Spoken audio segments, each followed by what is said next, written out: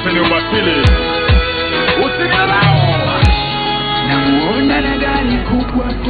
Well, a very good afternoon to you. Euro 2016 has started, and that will be our focus for the next 4 weeks on this show. And we'll try and give you the experts and the not so much of experts on different fields. We have very interesting guests in studio today, and I will not even say who they are. They'll introduce themselves. But first, I want to go to Ndong to introduce whoever he has on the other side. Ndong.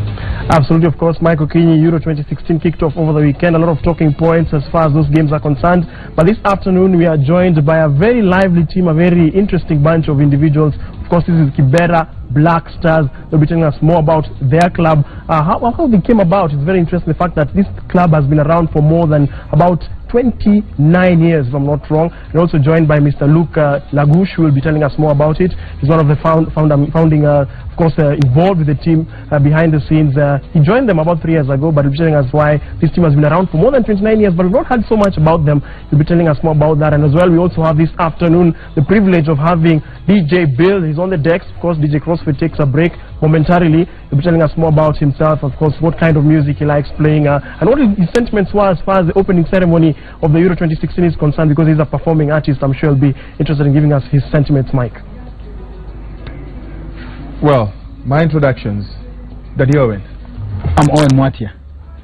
Leo si Daddy Owen. Leo si Daddy Owen. Leo ni Owen Mwatia. Leo ni Owen Mwatia, football analyst. Kuna mtu ameniambia hapo Daddy Owen anacheza hata ball. Anajua nini ball? Ai, wacha tuongee ball leo. Tuko hapa. Tuko hapa. I watched was talking hapa. Who are you rooting for 2016? Of course, La Rojas, Spain. Spain. Of course, Spain. Uko confident Spain on? Ai. We're dharau to at your own peril. Sijadharau. Okay. I've just asked. Okay. Are they capable? Do they have the pedigree? Of course, we have the slow Messi. Go Silva. And you think they'll perform above the German machine? Okay, now that one. Okay, my heart is Spain, yes, but my money is Germany. So, just guess. When you bet? I mean, see bet, but I'm just saying, my heart is Spain, but my money is in Germany. So, ingekuna bet, ungeka pesa kwa Ujerumani? Of course. Balozi? Hapa tunaongea Kiswahili leo. Tajaribu. Tajaribu, eh? French ambassador to Kenya, by the way, he speaks a lot of Swahili. So for the purpose of this show, hakuna kuongea Kizungu, tunaongea Kiswahili hapa leo. Tajaribu, lakini najua hamna Kizungu, kuna Kiingereza au Kifaransa, lakini wazungu wote hawaongei lugha moja tu. Unachanganya zote. Unaposema Kizungu, nasema si kweli, hamna Kizungu. Tuseme Kiingereza. Kiingereza. Mimi sisemi kwamba unaongea Kiafrika. Kifaransa ni Kizungu pia. Si Kizungu, ni Kifaransa. Na Kijerumani tofauti. Kijerumani ni Kijerumani. Kwa hivyo kuna kila taifa kuna iko na kwa hivyo tuongee Kiingereza. Sawa, asante. Akile, unavyopenda. Dong. I am in for trouble today. Let's start. Absolutely, of course, one team that was in trouble over the weekend. I mean, looking at the local front, and that was, of course, Gor Mahia versus Tusker FC. And the team that was in trouble was Tusker FC, and I'm talking about the KPL Top 8 semi-final first leg that took place over the weekend at the Nyayo National Stadium. That match ended in favor of the mighty Kogalo, as 2-0 is how it ended the final score. But he simply shrugged off the defender and volleys into the net. Side home on the left-hand side. Kahata with a left foot corner on the header. It's in the net from Akwanda. Not the tallest of the players on the field, but still soaring to put the ball in the net. On this. Well, Balozi, Ufaransa kumekuwa na issues kidogo. Watu walisema kuna mambo ya security, kuna mambo ya magaidi. Kama serikali ya Ufaransa walijiandaa kivipi kwa mashindano haya? Tulifanya vitu vyote tulivyoweza, hata kuhusu usalama. Siku hizi wapo zaidi ya askari 60,000 kulinda uwanja wote. Sasa nafikiri kama tulijipanga vizuri, tutaweza kuangalia mambo ya usalama.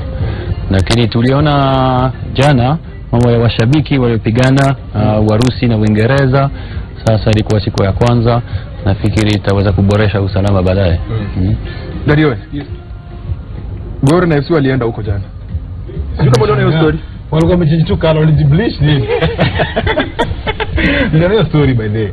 But from history tunaona tu kila siku England kungana issues when it comes to waki travel to other countries, hooliganism and all that. Lakini walichokozwa jana. Sema tu kweli. But unajua nimesiu sema tu hapa. Gor pia wanachokozagwa. Sometimes. Unajua? So ukichokozwa na umezoea hizo vitu, so of course utarudisha. But all in all is not a good picture for football internationally pia locally. So I wouldn't support such an act. Okay. Yes. Banazi, we've seen that the French started off on a good note. What was your take on that first match that you played? No, we knew the match would be difficult because there was so much pressure on the team. You know, first of all, after the last World Cup, everybody said, okay, let's forget the World Cup, let's get ready for the Euro. So there was a huge expectation from the public, that's one. Then you had also, you know, all this story in the press and comments when some former player contesting the choices of the coach, yes. and so all this put the player maybe in a difficult situation. So we start slowly. And I wouldn't say the game met my expectation. I expected more, a larger victory from my team, but still in the end that was quite reassuring. And I think that it starts slowly, but I'm overall quite confident, even if you need to continue to respect all of the team and to remain humble. But that's what chances do you give your team? I mean, the best chance. I won't agree with him, but no. My pronostic would be what I would really like is a final France against Belgium. That would be. You did not mention the Belgium. I think they're very good outsiders, and you know that they are neighbors. We're almost cousins, so that would be a nice party. Owen, hatujaona hii timu yako bado. Na hatujaona Belgium. Belgium, I think they're good on paper. But as a team, I've watched the qualifying round, and apart from that, with the peer friendlies, I think on a shida ya kujel as a team. That's what I'm saying, because there's so many superstars, but sometimes making a team out of it is really hard. You can see, like, for example, Germany yesterday, they don't have like an out-and-out striker, but ukiangalia vizuri, even played very well. Ukiangalia Götze alikuwa mbele, is playing like a striker, but naturally is a born midfielder. You understand? And then someone who scored, Schweinsteiger, of course, is a central midfielder, but he came and scored. So Germany wanna perform efficiently kulingana na as a team. Kawaida yao. But now when it comes to Belgium, I'm not so sure about Belgium. I'm not so sure. Hata mimi siko sure na Spain, because Spain last yani team my friend. Team Arambe ni better than your team. Neli wanyorosha. No, haina shida. It's okay. You just describe them at your own peril. But at the end of the day, the Spanish team, okay, I'm just worried which Spanish team will turn out tonight. Because ukiangalia vizuri, tujini ile World Cup nitakuja ama ile Euro, the last Euros nitakam. And of course, if they play very well uko mbele, tuketu Nolito, Morata waanze uko mbele, me I'm so confident about Spain. The thing that I picked out about Spain, in the last World Cup, World Cup ile ya 2010, when I asked the French, the Spanish, sorry, kila mtu alikuwa ananiambia, walikuwa naimba wimbo moja, walikuwa naimba Andre Iniesta. They sang with Iniesta from game 1 ile walishinda to the last one, and they said Iniesta will win for us the World Cup. And it happened. Nani anabeba team round hii? Of course, but to relate to Iniesta. Iniesta is still the man to carry Spain. The only thing that we're missing, okay, for a very long time since Xavi atoke na Xabi Alonso, we've had a problem to cover those spaces. But right now, I think Silva atajaribu. I have confidence in Silva. Atajaribu. Bado unasikia story yake. Are you confident of the Spain as he is? No, I cannot. No, they're still one of the favorites with the German. But then I consider France is one also, and you have outsiders with Belgium and Croatia. Maybe no, I'm not that dark horses. They're the dark horses. For me, I'm so.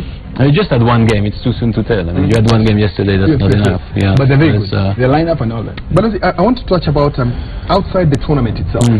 As in, France has had their measures that have been put in place to make sure that fans are comfortable. Number one, and I want to talk about the Eiffel Tour, the public viewing place. How secure is the place, and what measures have been put to ensure that whoever comes in, because it's a public place, whoever comes in or gets within there is secure and no internet? So the two different cases. The stadium. So in stadium, So security has been strengthened, and the fan are asked to come in 3 hours in advance to be checked individually. And then you have what you call the fan zone. Yes. And there is one, the biggest one is next to the Eiffel Tower. Yes. So to access this fan zone, you also have individual control of those accessing these areas, because they're fenced area.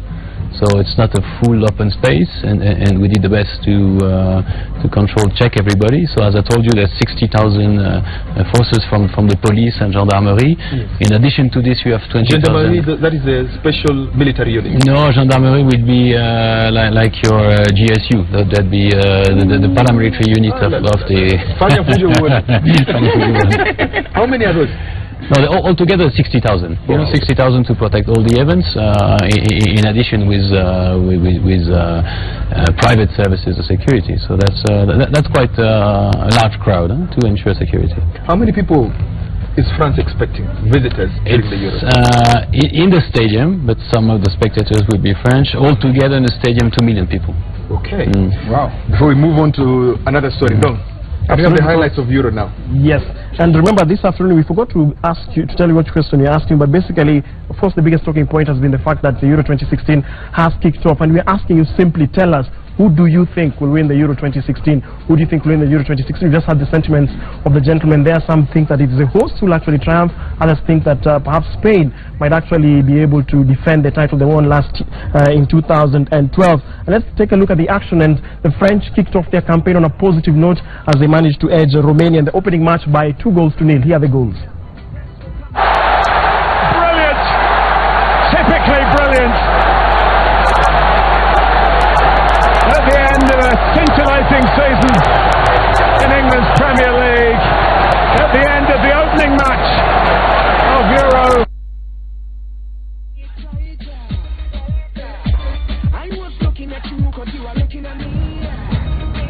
Of course, just a clarification there, the goals were 2-1 in favor of the hosts.